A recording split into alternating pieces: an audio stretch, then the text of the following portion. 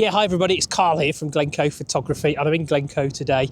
I'm down at Acton Bay Cottage here, just at Loch Acton, and the reason I'm here is autumn has arrived and we've got these beautiful golden bracken. So this is the time I get really excited. So I'm going to spend the day just heading around this location trying to find some compositions. So come and join me as I explore the bottom of Glencoe.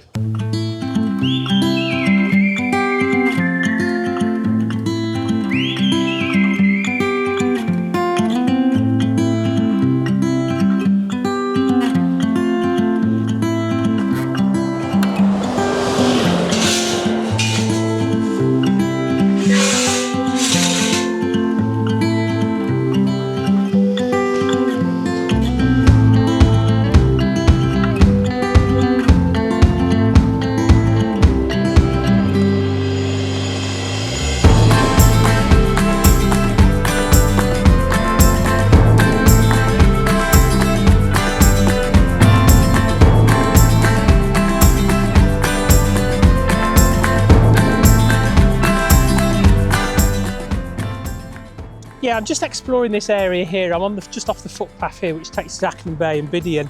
And I've got quite a big scree slope here. I was hoping for a nice little cascade so I could get the Tears of Glencoe in the shot. But yeah, it's just not working for me, I just see. So I'm in a bit of a quandary here. There's a bit of a boulder here with a tree on it, which might work, but I think it's overlapping the landscape, so it's not quite going to pop out as I'd like. I don't know what's going to happen. I'm going to end up to the Tears of Glencoe, marching all the way up there, definitely. I think we'll see if I can get to the tree area, but I know it's a bit enclosed in there, so yeah. I tell you what, let's just go, let's bite the bullet, let's just head up to the Tears of Glencoe. I'm sure there's a great composition up there.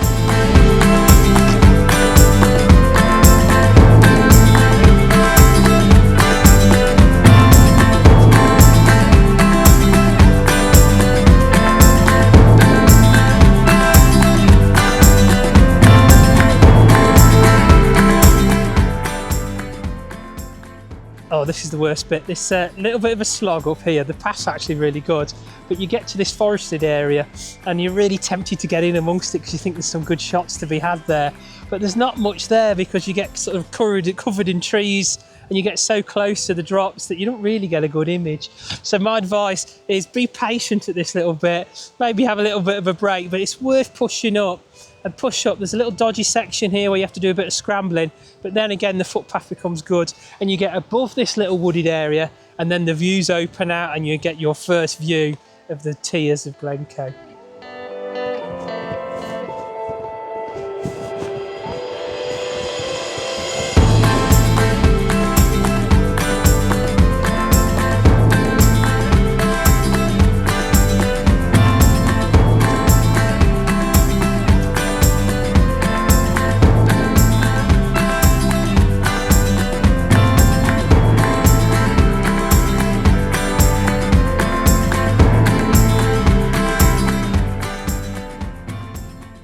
Yeah, this section here, you just come over this brow of the hill and then you get the real first view of the Tears of Glencoe, the bottom cascade anyway.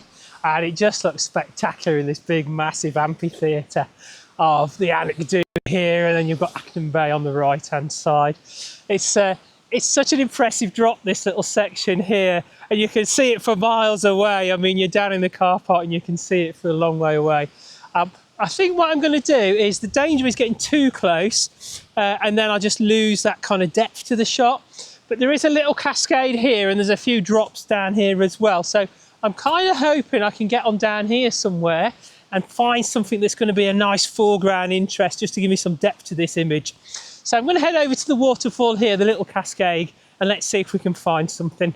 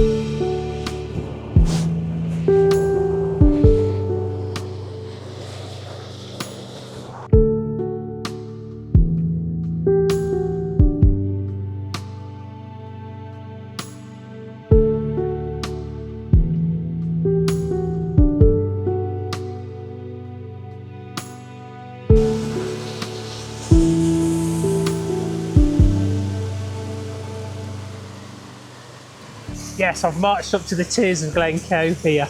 The Tears of Glencoe are funny, it's kind of a bit of a cascade of waterfalls. It's not really one falls. When you're down at the bottom, it looks like one big major fall, but it's not. But getting here, and I'm just searching out some locations here. I've been here before and I did do a video from here, but I never really got a good composition. But I think there's something here that's really exciting. So I think what I'm going to do is just wander around a little bit. I'm loving the fact that I've got the main kind of drop there in the background, and then this kind of secondary cascade coming down here. I think what I'm going to do is perhaps wander down the foreground, have a look for some foreground which is really going to work for me. Maybe a little drop or something like that that's going to work. So I'm not going to go any higher. I think I've got something around here. So let me go and wander around here and see if we can find something.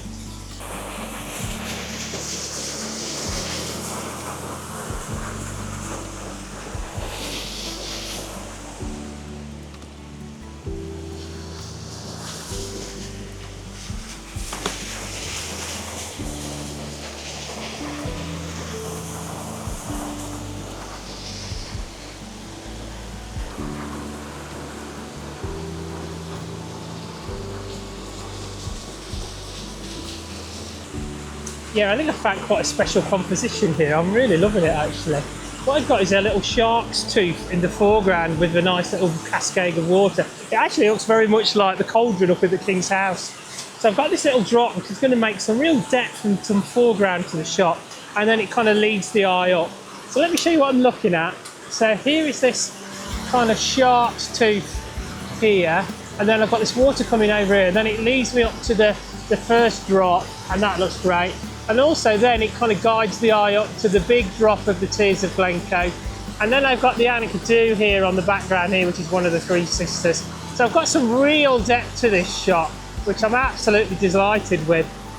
It's a tricky one to shoot for a couple of reasons. The water is fast flowing, so I've got to be really careful that I don't overexpose this and slow it down too much so that the water just goes all milky. And also it's quite windy at the moment, so I think what I'm going to end up doing is do a couple of shots, do a really fast shot again just for that vegetation, make sure it's nice and crisp, and then just blend that soft water in afterwards. There's a lot of light here as well, so I might end up bracketing this, so it's quite a complex series of images that I've got to kind of blend together, but I'm really liking the composition and it's going to work really well for me.